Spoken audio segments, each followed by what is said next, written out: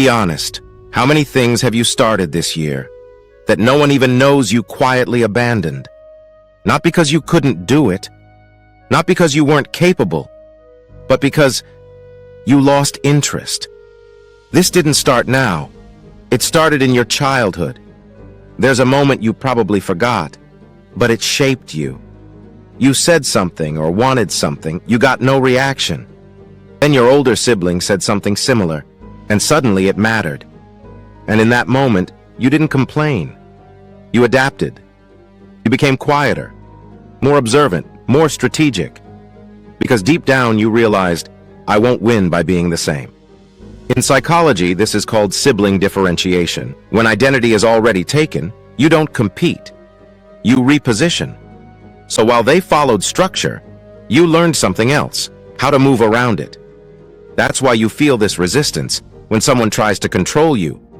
Even when they're right, even when it makes sense, something in you just pushes back. That's called psychological reactance. But let's be real. It feels like don't box me in, and most people get this completely wrong.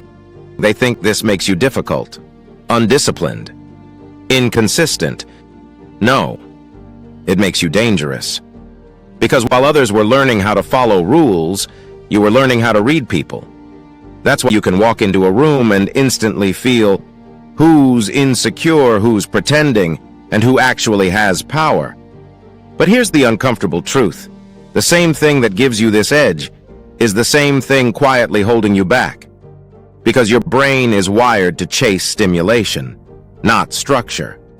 So let me ask you something. Why do you only feel motivated at the beginning? Why do you lose interest the moment things get repetitive? Why do you keep telling yourself, I'll be consistent this time, and then disappear? That's not laziness. That's a misdirected adaptation. And if you don't fix this, here's what happens. You become full of ideas, full of potential, and full of unfinished versions of yourself. You start things, but never become known for anything. You think you're exploring, but you're actually escaping structure. And years pass, and the most painful realization hits. I had the ability, but I never built the discipline to match it. So here's the shift no one tells you. You don't need more discipline. You need controlled freedom. Not rigid structure, not chaos. Structure that guides you without trapping you. Because when you combine your awareness, adaptability, and your ability to read people with just enough structure, you become unpredictable and effective. Now you don't just start things, you finish them. Now you don't just think differently, you execute differently. This is why second children throughout history were more likely to challenge systems, to question authority, to disrupt norms, because they weren't raised to fit into the system. They were raised to outgrow it. So if you've ever felt like you don't fully fit in, you think differently, you get bored easily, you question everything, let me tell you the truth. That's not a weakness. That's a weapon. But here's the real question. Are you using it, or is it quietly ruining your life? Because in the end, firstborns follow structure. Second, children resist it.